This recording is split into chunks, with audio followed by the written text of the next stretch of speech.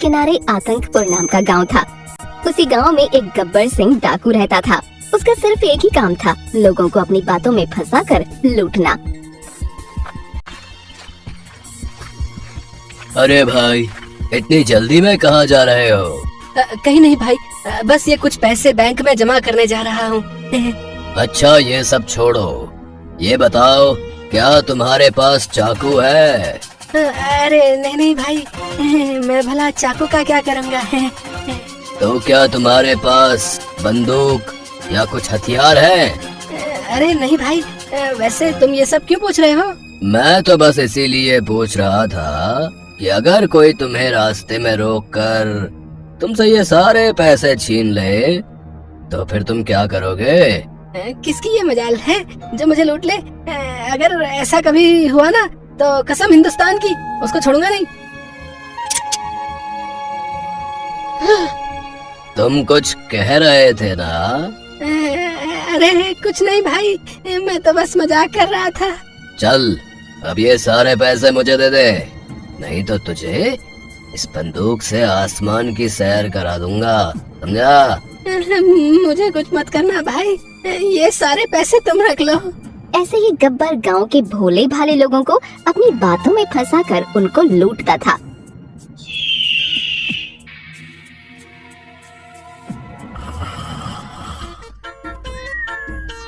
ये कमबख्त अभी तक सो रहा है। ए बिल्लू, उठ। उस्ताद, आप आ गए? क्यों बे हरामखोर, मैंने तुझे इस माल की देखभाल करने के लिए यहाँ छोड़ा था और तू यहाँ पर खर्राटे मार रहा है। वो उस्ताद, आज कुछ ज्यादा ही खाना खा लिया, इसीलिए आँख लग गई। खा खा कर बिल्कुल लकड़ी के गट्ठे की तरह हो गया है। चल, अब ये बता कि असली चोरी कहाँ करनी है? उस्ताद, मैंने सुना है गांव में एक सुनार आया है और उसकी दुकान गहनों से भरी पड़ी है। क्यों ना हम उसकी दुकान को ही लूट लें उस्ताद? ठीक है, चलो तो आज फिर उसकी ही दुकान को लूटा जाए।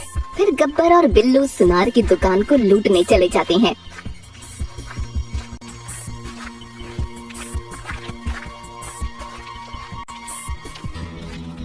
चल बे, तेरी दुकान में जो कुछ भी है वो सब इस पोटली में बांध दे। ओ भैया, ये कोई सब्जी बाजी थोड़ी है जो तुम इसे पोटली में भर कर ले जाओ। हैं? उस्ताद से बदतमीजी करना तुझे बहुत भारी पड़ेगा बे। चल, अब चुपचाप ये सारे जेवर इस पोटली में बांध दे। चल। तो चुप कर बे छोटे प्राणी, नहीं तो उठाकर तालाब में फेंक दूंगा। सुनार की ये बात सुनकर पास खड़े लोग हंसने लगते हैं और तभी गब्बर हवा में फायर कर देता है।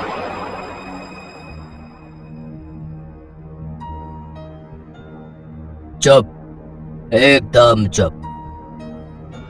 लगता है तू यहाँ नया नया आया है। अब जल्दी से ये सारे जेवर पोटली में बांध कर मुझे दे दे, वरना तेरे लिए अच्छा नहीं होगा। अबे खड़ा क्या है, जल्दी दे। फिर सुनार वो सारे जेवर पोटली में बांधकर गब्बर को दे देता है। अरे उस्ताद, आज तो हमने बहुत ही बड़ा हाथ मारा है। वो सब तो ठीक है बिल्लू, लेकिन हम कब तक अकेले ही चोरी करते रहेंगे? हमको कुछ आदमियों को रख लेना चाहिए। आप ठीक कह रहे हैं उस्ताद, लेकिन हम आदमी कहाँ से लाएंगे? ये सब मैं नहीं जानता, आदमियों को ढूंढने की जिम्मेदारी तेरी है। अगर शाम तक मुझे आदमी नहीं मिले तो मैं तुझे बम से उड़ा दूंगा। ठीक है उस्ताद, मैं कुछ करता हूँ। बिल्लू कुछ दूर चलता है, उसे तीन लड़के कुछ बातें करते हुए दिखाई देते हैं। यार, कोई हमें भी चोरी करना सिखा दे तो मजा ही आ जाएगा। हाँ यार कालिया, उस गब्बर डाकू को देख, उसे कौन नहीं जानता, सारे गांव वाले उसके नाम से डरते हैं। अगर हम भी उस गब्बर डाकू की तरह बन गए तो पूरे वर्ल्ड में हमारा ही नाम होगा। ये सारी बातें बिल्लू सुन लेता है और उनके पास जाकर कहता है, क्या तुम्हें भी गब्बर डाकू की तरह बनना है? हाँ, हमें भी गब्बर सिंह डाकू के जैसा बनना है। तो ठीक है, चलो मेरे साथ गब्बर डाकू के अड्डे पर। उस्ताद, मैं आदमियों को ले आया। इन तीनों का नाम कालिया, गोपी और चंपक है। क्या तुम तीनों को चोरी करना आता है? नहीं उस्ताद, हमको चोरी करना नहीं आता है, आप हमें चोरी करना सिखा दीजिए। मैं तुम तीनों को चोरी करना सिखाता हूँ। जो जितना ज्यादा माल लूट कर लाएगा वही सबसे बड़ा चोर कहलाएगा। ठीक है उस्ताद, हम तीनों चोरी करने के लिए तैयार है। फिर गब्बर डाकू उन तीनों को चोरी करने की ट्रेनिंग देने लगता है। ठीक है उस्ताद, हम समझ गए। अब तुम तीनों जाओ और हाँ, जो जितना ज्यादा माल लाएगा वही बड़ा चोर कहलाएगा।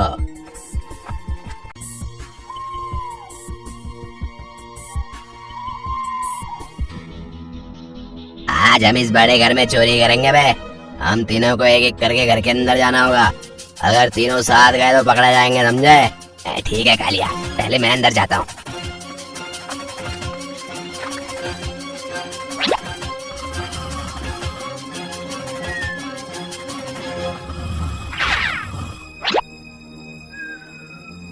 तिजोरी की चाबी कहाँ है? सबसे पहले मुझे चाबी ढूंढनी होगी। उस्ताद ने कहा था कि चाबी तकिए के पास मिलेगी। फिर गोपी की नजर चाबी को छोड़कर बेसन की मिठाई पर पड़ती है।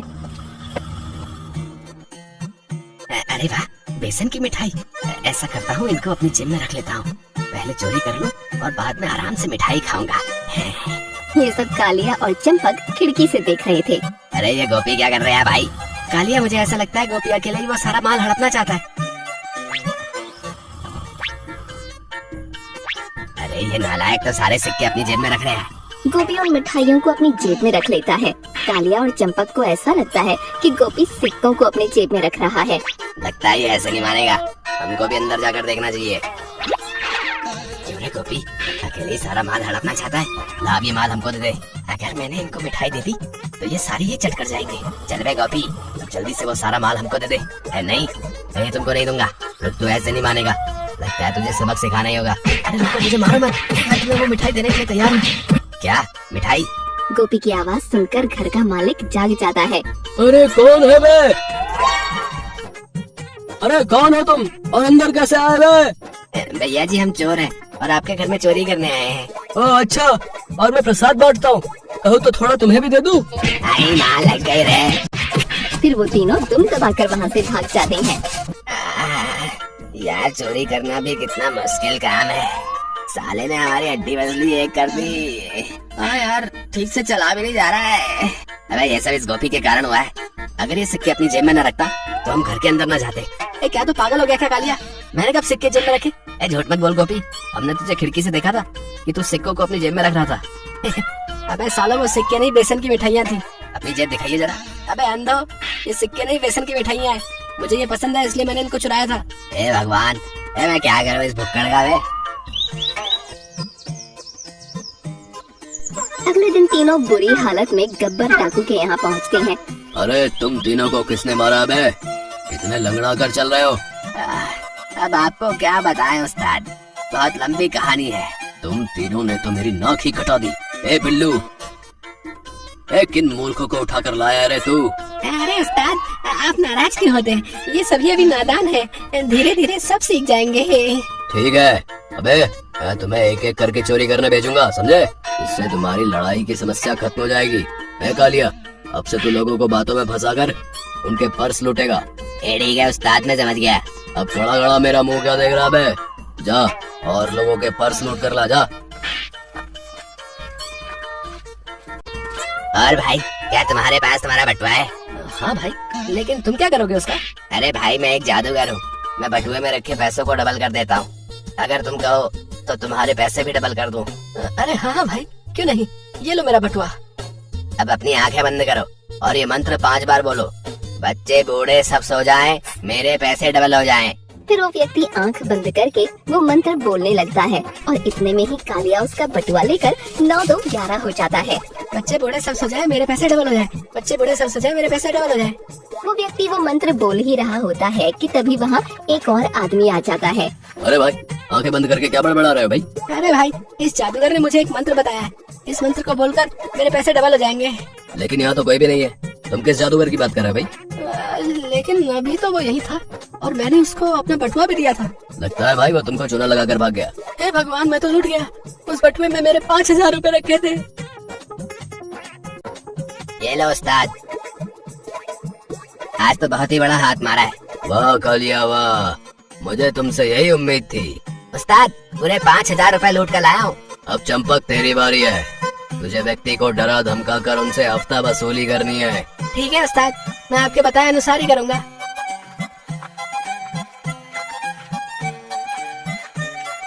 चल बे, हफ्ता निकाल। गब्बर उस्ताद का ऑर्डर है, हफ्ता नहीं दिया तो तुझे अभी टपका डालेगा, समझा क्या?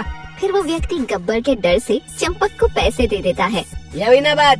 चल अब जल्दी से कुछ समोसे और चाय भी पैक कर दे। चल। जी अभी करता हूँ। फिर चंपक हफ्ता वसूली करके गब्बर के लिए चाय और समोसे भी ले जाता है। ये लो उस्ताद, गर्मा गर्म समोसे खाओ।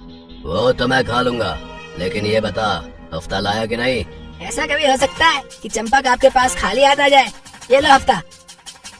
वाह मेरे शेर। अरे गोपी, तू एक काम कर, दुकान से जाकर मेरे लिए कुछ बीड़ी के बंडल तो ले आ यार, बहुत तेज तलब लग रही है। ठीक है उस्ताद, अभी लेकर आता हूँ। अरे भाई, कुछ बीड़ी के बंडल तो देना जरा। ठीक है भाई, अभी देता हूँ। ये लो तुम्हारे बीड़ी के बंडल। गोपी वो बंडल लेकर जाने लगता है। तभी दुकानदार गोपी से कहता है, अरे भाई, बीड़ी के पैसे तो देते जाओ। अबे साले, तू मुझसे पैसे लेगा? अबे तू जानता नहीं कि मैं कौन हूँ? गब्बर का आदमी हूँ मैं, गब्बर का। ये सारी बातें इंस्पेक्टर सुन लेता है और गोपी से कहता है, हाँ भाई, तू गब्बर के लिए काम करता है क्या? अबे ये मैंने क्या बोल दिया? अब तो ये इंस्पेक्टर मुझे छोड़ेगा नहीं। अरे जल्दी बता, क्या तू उस गब्बर डाकू के लिए काम करता है? अरे नहीं नहीं नहीं साहब, मैं तो बस मजाक कर रहा था। अरे सच सच बता, नहीं तो बहुत पिटेगा तू मेरे हाथों से। मुझे मत मारो साहब, मैं आपको सब बताता हूँ। गोपी डर के मारे सारी बातें इंस्पेक्टर को बता देता है। अरे चल, अब मुझे उस गब्बर के अड्डे पर ले चल। चल। इधर गोपी इंस्पेक्टर को गब्बर के अड्डे पर ले जाता है और उठे। उस्ताद, ये समोसे कितने स्वादिष्ट है ना।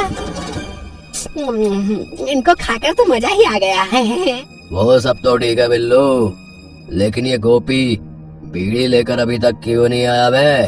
गब्बर उसके आदमी आपस में बात कर ही रहे होते हैं कि तभी वहाँ पर गोपी और इंस्पेक्टर आ जाते हैं।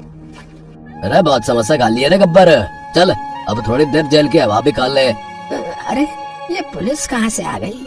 गोपी, मैंने तुझे बीड़ी लाने के लिए बोला था और कमबख्त तू इंस्पेक्टर को ले आया। मुझे माफ कर दो उस्ताद, इसमें मेरी कोई गलती नहीं है। और तभी गब्बर एक कांस्टेबल को पकड़ लेता है और उसकी गर्दन पर गलती से चाकू की जगह लकड़ी का टुकड़ा रख देता है। चुपचाप यहाँ से चला जा इंस्पेक्टर, नहीं तो मैं इसको चाकू से मार डालूंगा। अरे गब्बर, अरे जरा ठीक से देख तो ले बे कि तूने पकड़ा क्या है?